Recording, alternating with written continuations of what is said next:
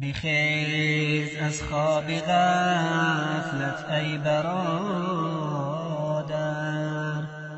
به حال دین پاکی خویش بنگر.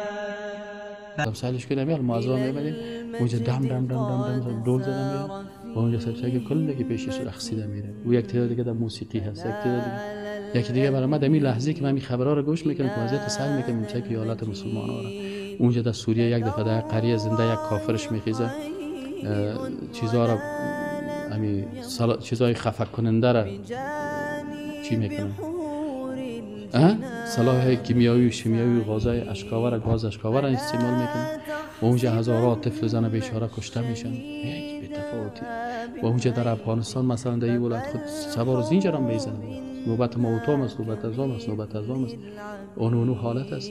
تو که از مهنت دیگران بیغمی، حداقل شاعر یک احساس داشت، میگه تو که از مهنت دیگران بیغمی نشاید نامت نهند آدمی، نامت را آدمی نمیگه. این مردمایی هستند بی تفاوت، بی شعور، بی احساس. اولئک کالانعام بل هم اضل. بسیاری کسا را الله میگه، بعضی کساست که میگه الله میگه برشان چشم دادیم لکن با چشم خود نمیبینن، برشان قلب دادیم قلبشان احساس نداره. متوجه هستیم؟ این تو مردم ها مثل چی؟ مثل حیوانات هستند. تمام روز خوراک است، پوشیدن است، نوشیدن است، چه قسم ازدواج کردم، علا تمام روز طلاق کردم، ازدواج کردم، گیره گرفتم، نو هستم، عاشق هستم، معشوق هستم، لباس است فلان. والله در روز قیامت از یکی از اینا پرسان میکنه که شما درباره ملت مسلمان و عاجزی مردم مسلمان و نه تنها در پالی ازی که اینا را چی کنن در مقابلش حداقل یک صدای خدا بلند بکنه یا بفهمانه که کافر هستی، بیدین هستی، دشمن اسلام است، باز هم را از اینا قرارداد هم میکنن، قرارداد پروتکل هم میکنن. باز اینمی علما را سعی کنی کتلونگی های خود، کتریشای خود، باز از اینمی برنامه کفار باز الله میگه لا یتخذ المؤمنین الکافرین اولیاء. مؤمنا کافر دوست خود نگیرن، باز اینا دوستی هم میکنن. کاش که بخیزه یک روز جمعه در مسجد خود باز بگه که این ظلم است، این خیانت است، این جنایت در حق یک ملت است، این صلاحایی که استعمال میشه این بسیار نسل کشی هست، کل مردم از بین میبرن، این کل از بین میبرن. اگر باز یک نفر خیست یک دانه تعمیر خودت چپه کرد باز میگه که تروریست است، صحیح است؟ اگر یک نفر یک دانه تعمیر کرد یک تایر خودت زد او تروریست است، صحیح است؟ و تو که ترنکی سلاح را استعمال میکنی در یک مملکت باز تو بسیار خوب آدم هستی. برای میگه که تو تروریست هستی، تو تروریست هستی به خاطر که رهبرت تروریست است، به خاطر که شما برای یک تروریست رأی دادین و تروریست رهبرتان تعیین کردین، کلتان تروریست هستید و کلتان اینمی قسم که ملت ما را میکشین. الله از پیشتان انتقام میگیره و ان شاء الله تعالی اگه به مسلمانان وقت رسید همین قسم از پیشتان انتقام میگیره. همین روز که زن افغانستان در امان نیست، طفل افغانستان در امان نیست، ریش سفید افغانستان در امان نیست، یک ولایت بسته شب تا به صبح در خون و در آتش صبح کرده، وقتی که مردم جلال آباد در امان نیستن، پس اینمی هست که اونا وقتی که حق انسانیت نداره، اصلا تو حق انسانیت نداری، تو تروریست هستی که سریز مردم این قسم حالت ها.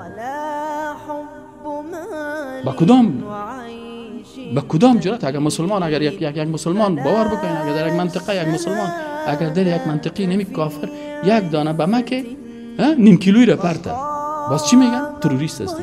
وقتی که یک بم 10 تن میپرده تروریست نیست؟ والا کلشان تروریست هستن و کسایی که از اینا دفاع میکنن تروریست هستن. ما تو که در مسجد درس میدیم باز ما را میگه شما تروریست هستید و خودشان که از این بم و از این دشمنای اسلام دفاع میکنن یا تروریست نیستن؟ خودش تروریست است ولی نمیفهمن. ولی کسایی که باز اینا رو چیز نمیکنن اولئک کالانعام، الله میگه اینا مثل حیوانات هستن که وقتی حق نمیفهمن، چشم داره چشمش حق دیدن نمیتونه، گوشش حق نمیشنوه، قلبش حداقل احساس فهم حق نداره. به نام پروفسور، به نام دانشمند، به نام کارشناس، به نام فلانی، به نام فلانی میخیزن صحبت میکنن. باید برای تروریست گفته شود که تو تروریست هستی، باید برش گفته شود. مشکل نیست اینقدر مردم در اونجا کشین، خیر است ما بمریم، اینقدر مردم کشته شدن با اینکه من بمریم، اما باید بفهمن که اینا تروریست هستن، اینا قاتل هستن، اینا جنایتکار هستن و کسایی که از اینا دفاع میکنن اونمو هم تروریست و جنایتکار هستن. بکشین، کل ملت ها را بکشین، مشکل نیست،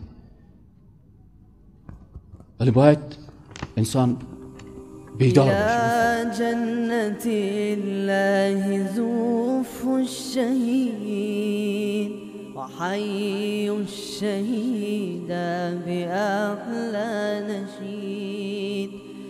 إلى المجد قد سار في همة فنال الأبي جنان المجيد. لدى الله حي ولا لم يمت بجانب حور الجنان سعيد. فلا تحسبن الشهيد بميت فما الحر منها كمثل العبيد.